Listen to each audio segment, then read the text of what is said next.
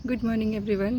देखिए, सबसे ज़्यादा खुशी तब होती है जब आप कोई भी काम कर रहे होते हैं और उसमें अगर थोड़ी सी भी सफलता मिलती है ना, तो बहुत ही अच्छा लगता है और आपकी जो आप मेहनत कर रहे हैं उसको और ज़्यादा करने की इच्छा होती है। तो देखिए, मैं आज आपके साथ छोटी छोटी सी खुशियाँ जो शेयर कर रही हूँ। वीडियो इन्फॉर्मेटिव हुई तो प्लीज़ पूरा देख लीजिएगा, क्योंकि कई लोगों की क्वेरीज़ आती हैं और उनका मुझे लगता है कि अगर मैं वीडियो में रिप्लाई कर दूँ तो बेटर रहता है, जिससे काफ़ी सारे लोगों की सेम प्रॉब्लम होती है तो उनकी भी प्रॉब्लम सॉल्व हो जाती है।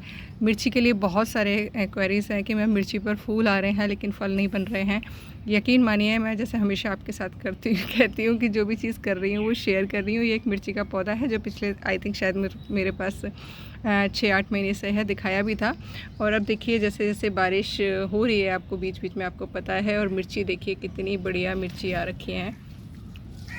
मुझे तो पता भी नहीं था क्योंकि मैं ज़्यादा देखती नहीं हूँ पौधों को, लेकिन आज देखा तो देखिए बंचेज़ में मिर्चियाँ हैं। लेकिन जो चीज़ मैं रेगुलर कर रही हूँ, क्योंकि इस टाइम पर वाइट फ्लाइज़ का मेरे गार्डन में बहुत अटैक हो रहा है, बार बार आ जाती हैं, तो मैं रेगुलर, मतलब मैं सच बताऊँ ना आपको, मैं हफ्ते में 3-3 4-4 बार भी बायो एंजाइम का स्प्रे कर रही हूँ। तो मे भी हो सकता है उसका मैजिक हो, या फिर बारिश की कृपा, क्योंकि बारिश में आपको पता है भरपूर मात्रा में नाइट्रोजन मिल जाता है। लेकिन नाइट्रोजन के अलावा अभी मैं कोई ऐसा बायो एंजाइम के अलावा मैं अभी कुछ भी नहीं डाल रही हूँ। लिक्विड जो फर्टिलाइज़र बना रखा है वो मैंने बना रखा है, वो तो मैं 15 दिन में एक बार डालती हूँ, आपको पता है। तो देखिए, सभी पौधों पर मिर्चियाँ बननी शुरू हो गई हैं। तो आज के लायक मिर्ची हार्वेस्ट हो गई है। इनको तो बंदर भी नहीं खाता है, इसलिए ये इजीली मिल जाती हैं। और ये देखिए, आ रही है एक फिरी की सब्ज़ी, आप देख पा रहे होंगे, काचरी। ये देखिए, 3 मैंने हार्वेस्ट कर लिए और देखती हूँ कुछ थोड़ी सी पकी हुई सी हो जो खाने लायक हो, वो मैं तोड़ती हूँ अभी। और आज हार्वेस्ट करूँगी कुछ बैंगन, क्योंकि बंदर आ रहे हैं रेगुलर तो कुछ मिलता नहीं है एक्चुअली खाने के लिए, इसलिए टाइम से तोड़ने पड़ता है। और भिंडी भी मैं तोड़ लेती हूँ, क्योंकि मैंने देखा है कि अगर ज़रा सा भी हम मिस कर जाते हैं ना तो वो पक जाती है, फिर वो खाने लायक नहीं रहती और वो कंपोस्ट बिन में डालनी पड़ती है। इसलिए मैं थोड़ी सी कच्ची होती हैं तभी 4-5 भिंडी डेली मिल जाती हैं, 2-3 दिन की इकट्ठी करके, और फिर बना लेती हूँ। एक वैरायटी ये है मिर्ची की, अभी इस पर एक भी फल आया नहीं है, बना नहीं है, कन्वर्ट नहीं हुआ है। देखते हैं कौन सा साइज़ आता है और कौन सी वैरायटी आती है, क्योंकि मैं तो जो भी घर में मिर्चियाँ आती हैं सबके बीज मिट्टी में स्प्रिंकल कर देती हूँ और मिर्ची के पौधे अपने आप बनते रहते हैं। तो ये तो देखिए सब्जियों का बताया है कि मैं ऐसा कुछ भी नहीं कर रही हूँ, सिर्फ इन पर बायो एंजाइम रेगुलर स्प्रे हो रहा है और बारिश का पानी मिल रहा है, और इसी वजह से शायद इतने हेल्दी हैं।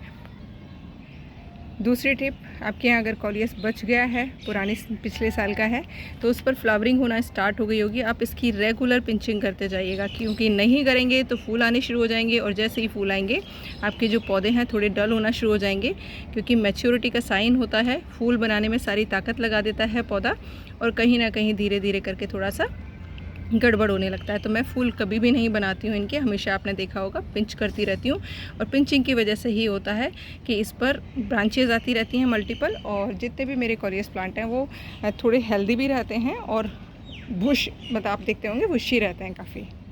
कई लोगों के सवाल हैं कि उनके अपराजिता के प्लांट बहुत बुशी हैं लेकिन उन पर फ्लावरिंग नहीं हो रही है।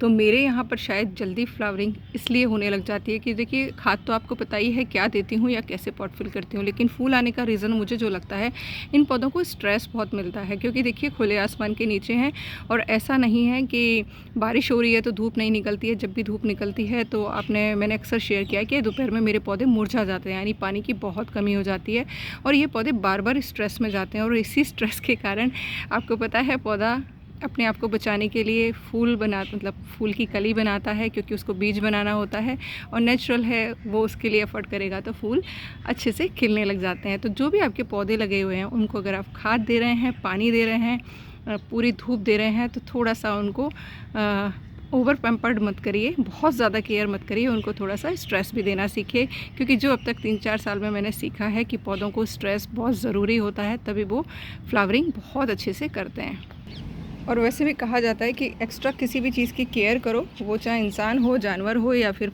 पेड़ पौधे हों, थोड़ा सा गड़बड़ करते हैं, इसलिए थोड़ा सा इनको स्ट्रेस दीजिए। एक और सवाल था कि मैम मोटे मोटे चूहे आ रहे हैं गार्डन में, तो उनका क्या कर सकते हैं। तो मैं पिछले 10 दिन से एक चूहे से बहुत परेशान हूँ, जो कि बहुत मोटा है, जो कि पार्क में रहते हैं। और ये देखिए वो क्या कर रहा है, पौधों को उखाड़ के काट के लेके जा रहा है। और ये देखिए आप देख रहे होंगे पीछे इकट्ठा हो रखा है काफ़ी सारा, और ये पिछले 10 दिन से चल रहा है।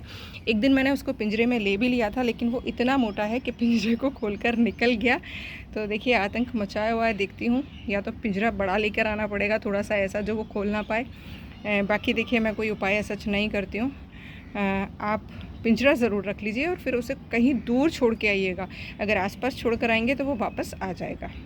कोई भी जड़ी बूटी उग रही है तो उसे उगने दीजिएगा, क्योंकि हो सकता है जिसको आप ढूंढ रहे हो वो वही हो, तो थोड़ा बड़ा होने दीजिएगा। काम की नहीं है तो फिर उसका नाइट्रोजन वाला फर्टिलाइज़र बनाएंगे, और काम की है तो उसे थोड़ा सा बड़ा होके बीज बनने दीजिएगा। और जिन भी बकेट्स में या ड्रम्स में आप बारिश का पानी कलेक्ट कर रहे हैं, उसमें कुछ ना कुछ ऐसी चीज़ ज़रूर डाल दीजिएगा जिससे कि मच्छर के लार्वा ना हो। क्योंकि अगर आप थोड़े दिन भी मिस कर जाएंगे ना, इतने सारे लाखों करोड़ों की संख्या में मच्छरों के लार्वा हो जाएंगे। और आपको पता है इस टाइम पर डेंगू का मच्छर बहुत फैलते हैं, तो इस चीज़ का विशेष ध्यान रखिएगा। जहाँ भी टेरेस पर आपके पानी भरा हुआ रखा है उसमें या तो आप बायो एंजाइम डाल दीजिएगा, या फिर मैंने सुना है, देखिए मैंने कभी किया नहीं है, जो मिट्टी का तेल होता है उसकी 1-2 ड्रॉप डाल दीजिएगा। जो एयर है ऊपर वाली उस पर वो जम जाएगा। और मिट्टी का तेल आदिवासी लोग जंगलों में यूज़ करते हैं अपने पौधों पे, तो 1-आध ड्रॉप कोई नुकसान नहीं करेगा। पानी में अगर आप डालकर रखते हैं, सिर्फ हमें मच्छरों के लार्वा ना हो इसलिए ध्यान रखना है।